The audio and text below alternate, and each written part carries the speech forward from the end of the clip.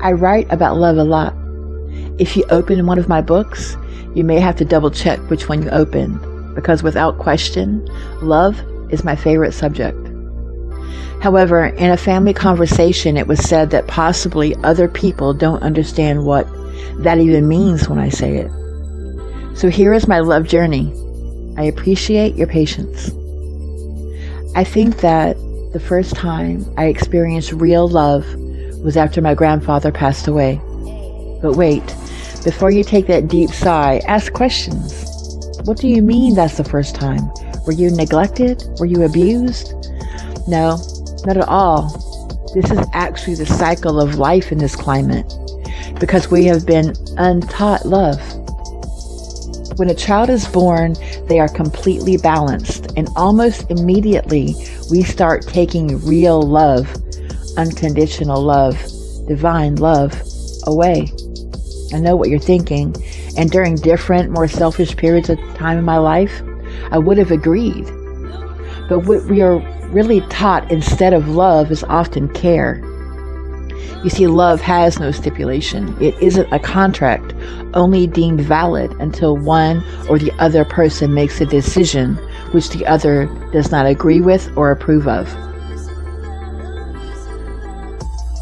As children, we are taught possession. We are told which thing is ours and which is theirs, and the cycle of love deteriorates. This doesn't mean that we shouldn't have our children walk through life with blinders on, but love is a powerful weapon, and not teaching about acceptance and patience, tolerance and respect of all people, places, and things, we are sending our children to war inadequately armed. The first time I experienced real love was the night my grandfather passed away. My entire life, this man was my best example of a great man. I adored him. Every single thing about him.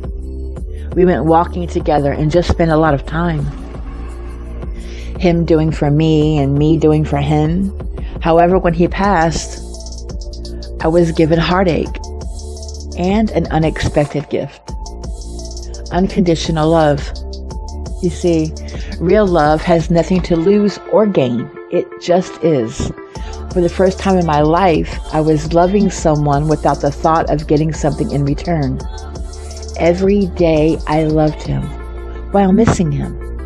And every day I would get a memory delivered unexpectedly. The memories made me smile, and my heart would feel full again.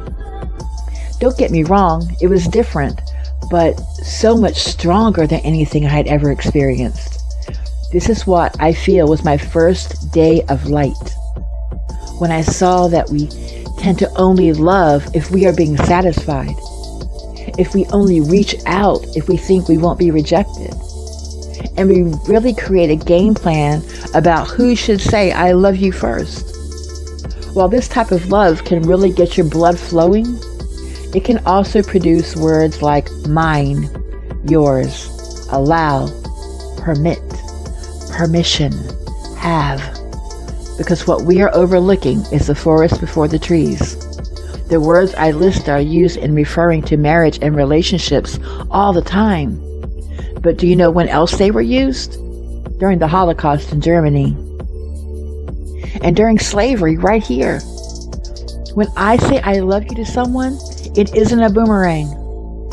There should never be a sense of obligation or entitlement. When I say I love you, I am saying I love you with the same heart and intention as when I am loving that beautiful old man. From my heart, fueled by my soul. My love doesn't come with a default clause. It is always here. It's not something you could ever physically touch, but it is something that you will eternally feel. It isn't something to get or have, because it's something that you become. Real love, or all love, is in the air we breathe. It is in every breath we take. So make sure each breath is deep and meditative. At first, this will feel like I'm stealing something from you. But really what we are doing is remembering how to love without expectation. This is important because when we have an expectation, it causes our patience to dwindle. And love is born through patience and understanding. When I say I love you, it's not cuffing energy. And if that is what you pick up, that is more about what you expect than about what you're receiving. When I say I love you, I am thanking you for your existence. For every moment that you are here is an opportunity for me to learn and grow from you. I love you says, even when you stumble, you are my greatest teacher. I love you says, thank you for the experience of your life. I love you also says, I know. I have been there before. It says during moments like these, it can be easy to feel isolated. You aren't. And that is the most important lesson.